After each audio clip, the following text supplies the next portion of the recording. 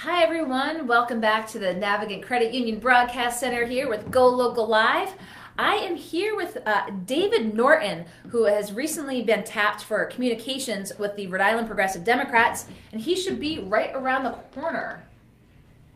David Norton, step on in, put your right foot here, and shake it all about. Thanks for coming in. This is the Go Local Live studio. I think we're now in our third week, and we're getting a little more comfortable, and it's been just a great way to talk with folks and get their stories out. So wanted to bring you in, Thanks for having me. new role after having a run for General Assembly, and just, so active in the community. And I want to start off with the paw socks, because this is something that you had been very involved with when, again, the new ownership was looking to move them to Providence. Really sort of spearheaded that organizing and Pawtucket effort. Now, we just saw the report that came out about what it would look like to rehab McCoy, what it would look like to tear down and rebuild a stadium at that location, and obviously talks about the Apex location. So everyone's, again, kind of focused on what's the future of the Paw Sox in Pawtucket. What's your take about what's going on, and what's your thoughts? Well, I think, a bunch of very wealthy men are trying to get a lot of money from the state of Rhode Island, and this is their second attempt.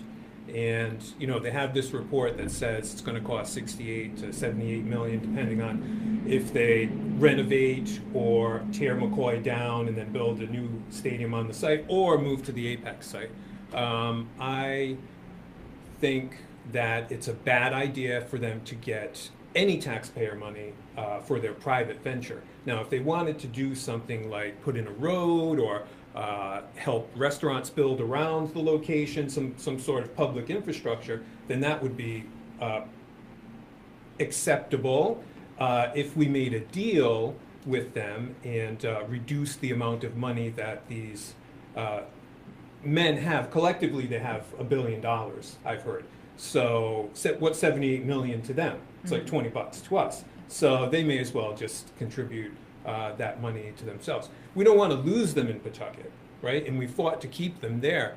But a large part of our group also fought to prevent them from getting on the I-95 land where they want a park. And another part of the group just is very upset about wealthy men getting all this tax money.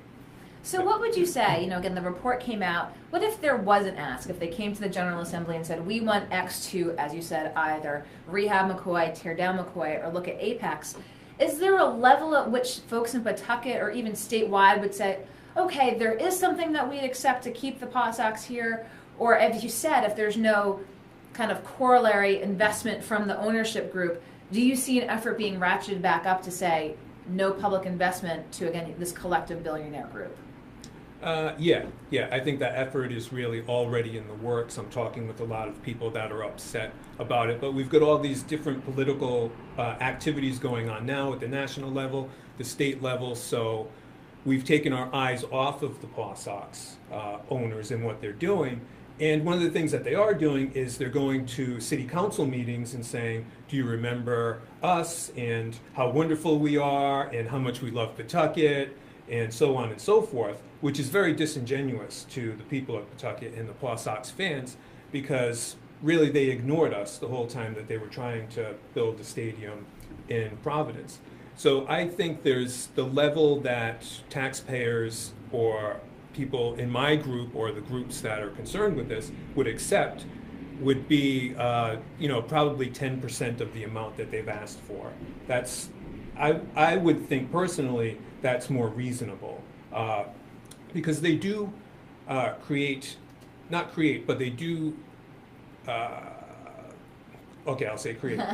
economic activity in Pawtucket.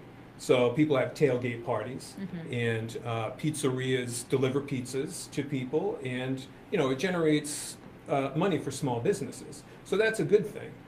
We've got traffic coming into Pawtucket. They stop for gas. They go to a restaurant, so on and so forth. So there is some economic benefit there, but to ask for taxpayers to pay this level of money, $68 to $78 million, is just insane. Would you see, I mean, if that were the case, if they came asking for that level, that folks in Pawtucket would say, okay, no go, we'll lose you. Are there other cities, we've talked about other cities potentially in play. Yeah. What are you hearing? Do you think there really are kind of significant interests from other areas to take the Paw Sox out? No, I don't think there is any significant interest. I think it's all made up by the Paw Sox owners. I think it's a ploy that they've used before and they're trying to use again. And I've heard many people in Pawtucket, so upset that what they're doing, saying that they're essentially destroying their brand, and if they don't want to stay here and pay for it themselves, then they can get the hell out. That is basically what I'm hearing from many people in Pawtucket. The fans are upset. The people in Pawtucket are upset. We don't want to go through this again, but they seem to be moving in that direction. Well, we shall see. That's probably an issue that we will be circling back around with, should they be coming forth with an ask. Again, the latest thing that had come out was the report, so we're just as kind of wait and see at this juncture. Yeah. But just geographically speaking, again, the fact that Apex had been tossed out there, if there were a situation that, again, they make some sort of investments, what would you say to a McCoy to an Apex? I mean, just geographically, how everything just works in Pawtucket in general. Yeah, I don't think it would work when you consider how many games will be played and how often the space will be occupied. And then you've got this really tight space very close to the highway where it's going to create huge traffic problems. So I think it's really a tight space to fit that sort of thing into. I don't think it's going to work. I think it's probably a horrible idea. If they want to pay for it and try it out, then I think, I'd be okay with it. And many people who have protested against them might say, oh, okay, they're going to pay for it. Let's see what happens. Now, what have you heard? Again, there's been some kind of rumblings about the state paying for, not the owners, but literally the state funding a stadium. I mean, was that even a possibility? I don't know. I really didn't hear about that. So I can't speak to that. But I think what their strategy is going to be this time round is they've learned from the last failure that they need to just slip something through the General Assembly as quickly as possible, get it through, and that's the end of it, so that we don't have time to protest it and let our legislators know that we don't want it. So I anticipate what will happen is a Pawtucket legislator will come out and propose this. The entire Pawtucket delegation will meet with the mayor and city council probably, and the Paw Sox, and really try and push this thing quickly, get a vote as fast as they can, push it through, and that'll be the end of it. That's probably going to be what their strategy is, and that's very worrying to me because we would need time to let the legislators know that this is not something that voters want. And again, you're remaining vigilant, and you do, I'm sure, have a huge database based off of the last effort, and again, working with other groups around the state. So going to keep an eye on what happens in Pawtucket with the Paw Sox. But I wanted to talk with you about a few other things. You said you wanted to talk about the car tax. Yes, the car tax, the wonderful car tax in Rhode Island. And the proposal by the governor for the partial repeal, and then the speaker for the full elimination.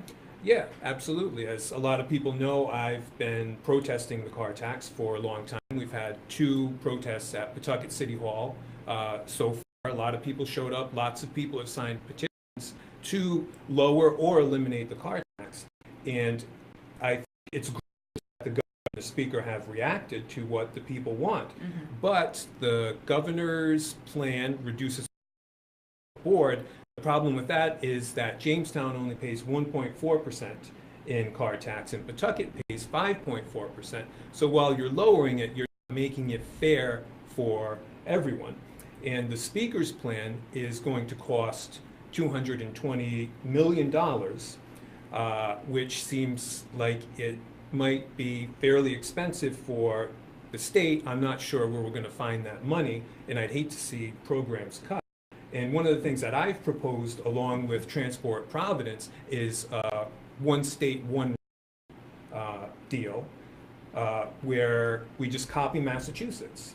And everybody pays 2.5%, in car tax, and it's valued, our cars are valued fairly. Mm-hmm. Right now, they're definitely not valued fairly, and everybody out there knows it. Now that's interesting. Now that was part of actually, the governor's proposal was talking about the fair valuation first and foremost. But the 2.5%, who have you talked about with this? I mean, who have you just made this discussion about the Massachusetts model? I've been talking for the past couple of months, I guess. Especially, I've been talking with Transport Providence. I think his real name is James Kennedy. He's very involved in transportation issues in Rhode Island, and he likes the car tax. He's been on the news actually a couple of times talking about how much he likes the car tax because he likes public transportation. And I do too, but I think that we need to have a compromise, and he actually thinks that we could get a compromise too. And he's the one that coined the phrase, one state, one rate. And I put the 2.5% there because I live close to Massachusetts, and there are a lot of people right on the border that moved to Massachusetts because of the car tax, believe it or not. Now, do you think this would be politically difficult, obviously, with the speaker having taken such a public position? I mean, how would this even look, approaching a legislator to try to craft some legislation, and then, how do you wrangle with the speaker's office? I think that's the problem. But I think the speaker got himself in over his head because it's $220 million, and we're looking at a budget that is, almost impossible. So making it more difficult to continue with a reasonable budget with that amount of money lost from the car tax it's very unreasonable. And I can't say what's in the speaker's mind, mm-hmm. but I'm not sure he's going to be there. If this car tax is going to be phased out in the course of 5 years, they've planned this before. And we have a gentleman named Tony Pyers, who used to be a state representative, introduce similar legislation to phase out the car tax. And so I think that Speaker Mattiello's plan is very unreasonable, and therefore it won't work, but he'll be gone, potentially, by the time it's due. Interesting. Well, car tax front and center with a lot of discussion and debate. The speaker and the governor fighting back and forth on it. A couple other things I want to talk with you about. You said you wanted to talk about the Pawtucket. Yeah, the Pawtucket train station's a very interesting project, and it looks like it's going forward. But one of the issues that I have personally with the Pawtucket train station is that slumlord, what's his name? Tony Robbins? Is that his name? Robbins, yes. Something Robbins, who owns a lot of property in Pawtucket, happens to own half of the properties around the proposed location of the train station. And I think Lance Robbins. And this is a terrible idea. This is a recipe for disaster in my city and for the state of Rhode Island, because once the train station goes in, everybody, not everybody, but a lot of politicians, especially from Pawtucket, are going to be screaming, give us money for development. And the person that is going to be developing these properties is a convicted slumlord. So this is really a recipe for disaster. And we've written extensively on the issue when he got tax breaks from the state, from the Commerce Corporation. Yeah. A lot of former tenants at the Hope Artiste Village came and spoke out against it. Yes. Do you see continued political pressure, from the progressive Democrats and folks who were involved on the Hope Artiste side, really zeroing in on this, and especially focusing in on the developer? Yes, absolutely. I think that's the main concern. So progressive Democrats love public transportation, right? They think it's very progressive. We think it's very progressive, and it is. But that being said, it's only a mile. The proposed location is only 1 mile from the South Attleboro station. So what's being talked about now, maybe not proposed, but the mayor and the head of the Pawtucket Foundation, Jan Brody, have indicated and said in the media that it's going to be a park and ride, which is very disturbing because Pawtucket is not really, a place where you're going to drive to take a train to Boston or Providence, park your car. So I'm very worried that they're going to want to develop a lot of that property into parking garages that we're going to have to maintain moving forward, as happened in Wickford. So Wickford was pretty much a disaster in my eyes. And I think that Pawtucket could potentially be a disaster even without Lance Robbins. It could be a disaster.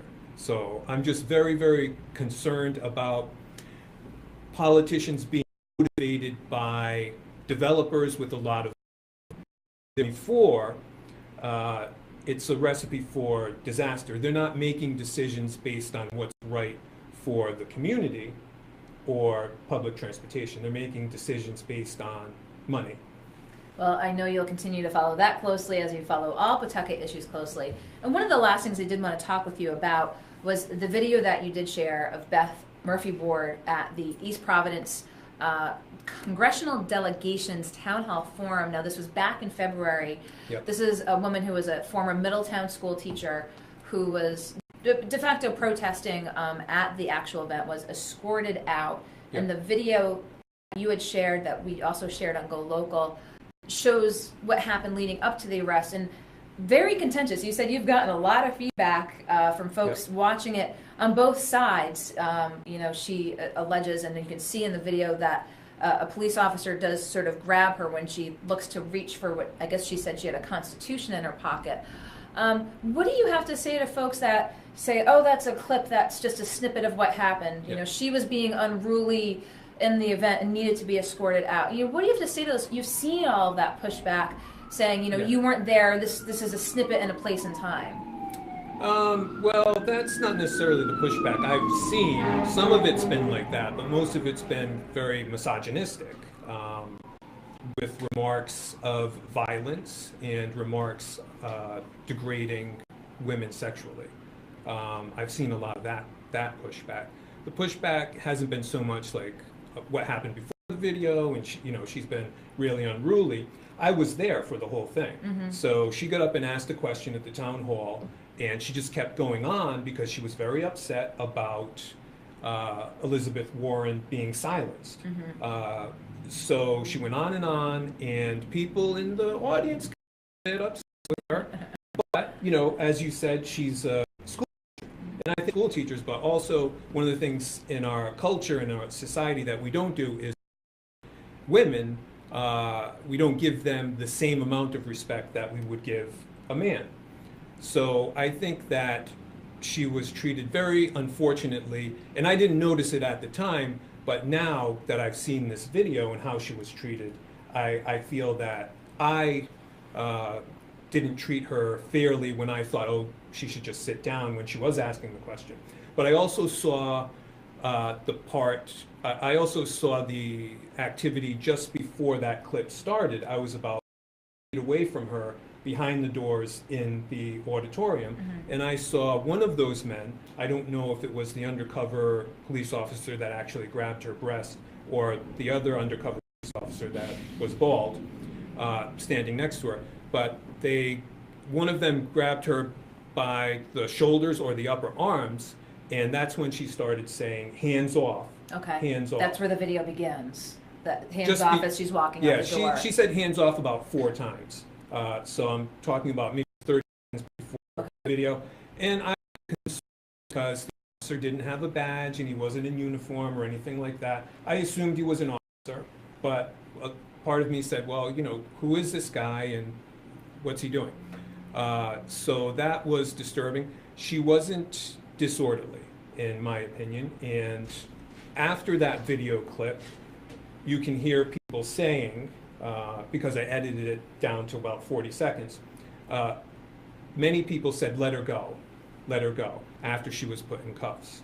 So I think she wasn't disorderly. I think the police officer was wrong to grab her in that way, and I feel that it may have been intentional of him doing that, because this is a police officer, right? Eye-hand coordination. This is a guy that's trained to use deadly weapons. He goes to the range, he fires his gun, and he has to hit his mark. He's also holds a higher standard physically and in terms of mental alertness of what he's doing and what everybody else is doing. So I feel that potentially this was intentional by this police officer. And any of the feedback, again, folks saying it was an accident, he didn't mean to grab, do you buy that? How they would see it that way.